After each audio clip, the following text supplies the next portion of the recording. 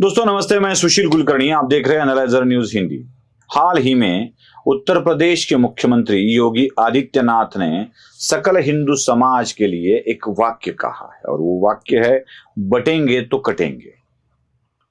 योगी आदित्यनाथ बोलते हैं तो जरूर उसके पीछे कुछ मतलब होता है। जब जब हिंदू बटा है तब तब कटा है, ये एक वास्तविकता है। मैं आज हिंदुओं को अपील करने आया हूं कि योगी आदित्यनाथ जो कह रहे हैं उसी को जरा ठीक से समझ लीजिए। हर बार हिंदुओं को काटने का एक तरीका आसानी से इस्तेमाल किया जाता है और हिंदू इसकी शिकार भी बन जाता है। अलग अलग राज्यों में अलग अलग तरह के पैंतरे इस्तेमाल किए जाते हैं ताकि हिंदू संगठित ही ना हो सके। किसी भी नरेटिव से ज्यादा खतरनाक अगर कुछ होगा तो ये नरेटिव है, हिंदुओं को बांटो। जब ईस्ट इंडिया कंपनी भारत में आई थी तो ईस्ट इंडिया कंपनी ने यही पैंतरा इस्तेमाल किया था। भारत के लोगों को अगर उनके ऊपर राज करना है तो उनको पहले डिवाइड करो और बाद में रूल करो।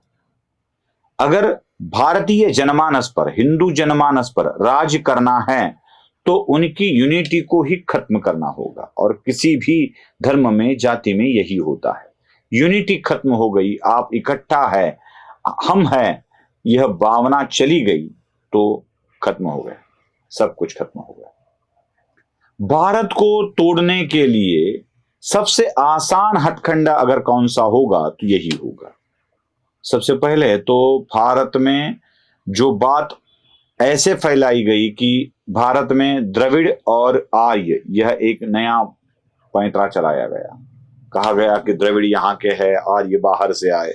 मुझे आश्चर्य इस बात का होता है, जब भी कोई बात करता है ना, आर्य बाहर से आए, आर्य कहाँ के है तो आर्य यूरेशिया के है।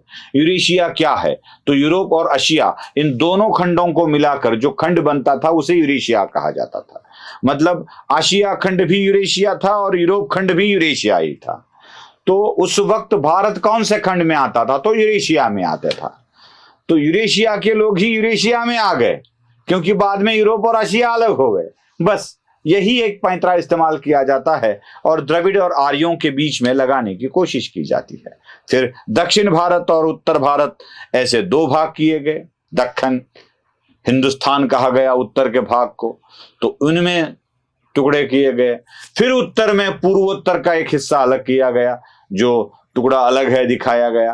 फिर पश्चिमी देव राज्यों को अलग बताया गया। ये तरीका होता ही है, जब भी हम बंटते हैं तो कटते हैं, और यही काटने की कोशिश बार बार हो रही है। जो पंजाब और हरियाणा में हो रहा है ना, जरा उसको ठीक समझिए।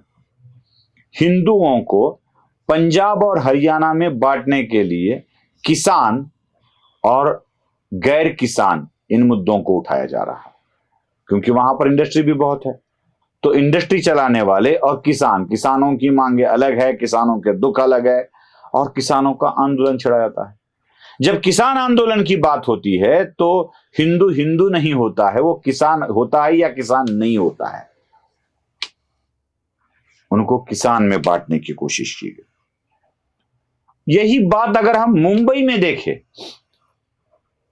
यही बात अगर मुंबई में देख लो आप, तो मुंबई में क्या चलता है?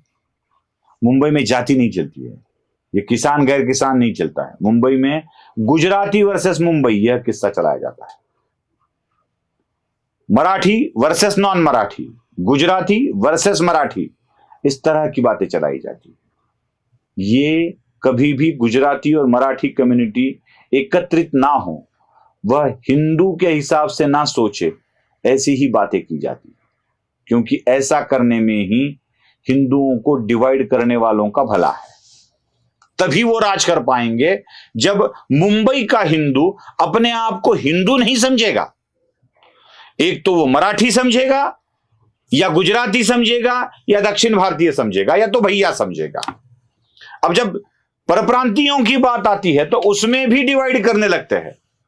सिर्फ परप्रांतीय और मराठी ऐसे नहीं, गुजराती को अलग किया जाता है, यूपी वाले भैया को अलग किया जाता है, बिहारी बाबू को अलग किया जाता है, दक्षिण वालों को अलग किया जाता है, बजाओ पूंगी हटाओ लुंगी वाला नारा दिया जाता है। ये डिवाइड करने की बात है। जब भी आपको डिवाइड करना हो तो आपको यकीन दिलाया जाता है कि बस आप इस तरह से करो कि आपका लाभ कोई और ले जा रहा है, और कोई और क्या होता है, कोई और प्रांत का होता है, कोई जाति का होता है, यही फैलाया जाता है और आपको भ्रमित किया जाता है। मतलब पंजाब और हरियाणा में किसान नॉन किसान वाला मुद्दा चलाया जाता है, मुंबई में मराठी नॉन मराठी वाला मुद्दा चलाया जाता है। जब नॉन मराठी का मुद्दा आता है तो उसमें भी उत्तर प्रदेश, गुजरात और दक्षिण भारतीयों का मुद्दा चलाया जाता है। हिंदुओं को विभक्त करने की यह साजिश होती है। मुंबई से आप महाराष्ट्र में आओ तो अलग ही मुद्दा आ जाता है, अलग ही। उसमें फिर ब्राह्मण वर्सेस ब्राह्मणेतर, उसमें ओबीसी मराठा, एससी मराठा, चलो शुरू हो गया विभाजन अभी। और अनुसूचित जाति, अनुसूचित जनजाति, अनुसूचित जनजाति को यहां तक बताया जाता है कि आप हिंदू ही नहीं हो, आप अलग धर्म के हो। अलग धर्म के कहकर उनको क्रिश्चियन बनाया जाता है।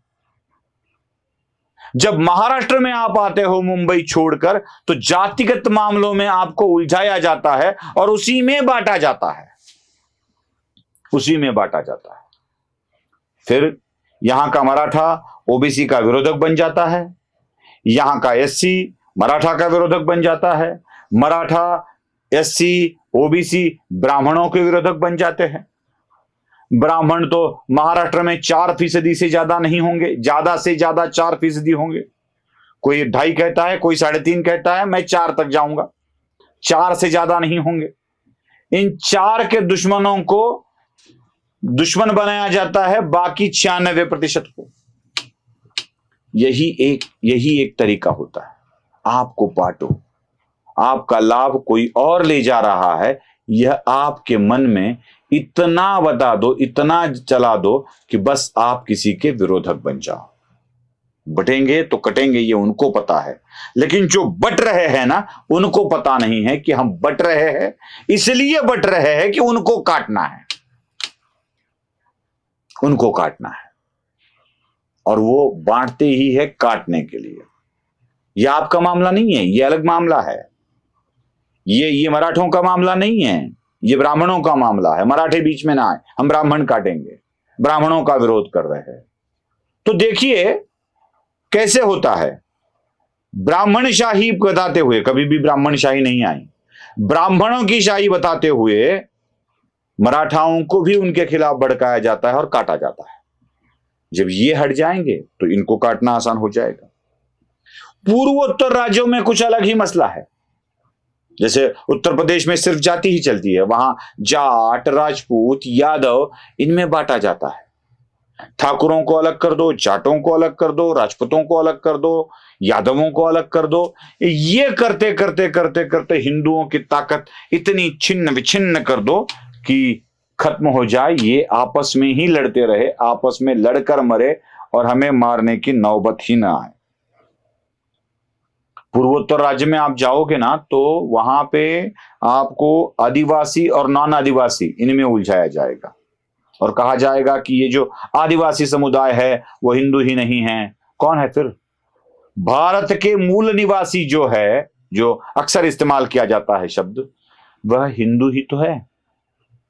फिर आए अलग अलग धर्म भारत में, उन्होंने कुछ लोगों को अपना लिया, कुछ लोगों को बदलवा दिया, कुछ के धर्म बदलवा दिए, कुछ की श्रद्धा स्थलें बदलवा दी और कर लिया सब कुछ जो करना है। तो आदिवासी और नॉन आदिवासी ऐसे बांटा जाता है, इसलिए बांटा जाता है कि उनको काटने में आसानी हो जाए। कुछ लोग बांग्लादेश से घुसे, कुछ लोग बर्मा से घुसे, कुछ लोग भूटान से घुसे, और घुसने वाले लोग यहां के लोगों को ही काटते, अपने दोस्त हम समझने लगे। यही होता है। तो इस पर उपाय क्या है दोस्तों? हाथ जोड़कर विनती करता हूं, हाथ जोड़कर, हिंदू धर्म में कभी भी फूट ना पड़े, इसलिए संगठित होना हो तो हिंदू बनकर संगठित हो। अगर आप बटेंगे तो कटेंगे, ये ध्यान में रखिए। योगी आदित्यनाथ जो कहते हैं ना, वो बिल्कुल सही है। एक काशाय वस्त्रधारी साधु कभी भी झूठ नहीं बोल सकता, क्योंकि योगी को पता है किस तरह से बांटा जा रहा है और किस तरह से काटा जा रहा है। नहीं कटना है तो बटना नहीं, इतना ही ध्यान में रखो। नमस्ते।